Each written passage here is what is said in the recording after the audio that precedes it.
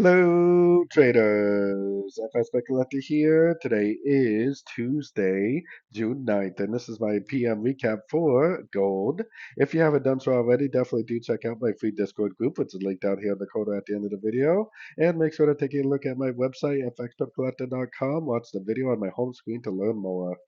So gold did end up posting up pretty nice today. I was saying this morning in my morning video that this does look like a possible ABC correction. It definitely did turn at the appropriate Fibonacci levels for like an expanding ABC for sure, which is the 178, 161% Fibonacci extension of A projected off of B. If it really is the end of an ABC, then it probably will likely make higher highs, higher lows, and just keep on going up, maybe even retesting all-time highs.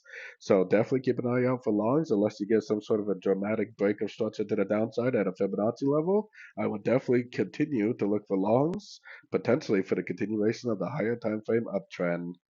So anyways, don't forget to like and subscribe, and as always, thank you for watching and happy trading.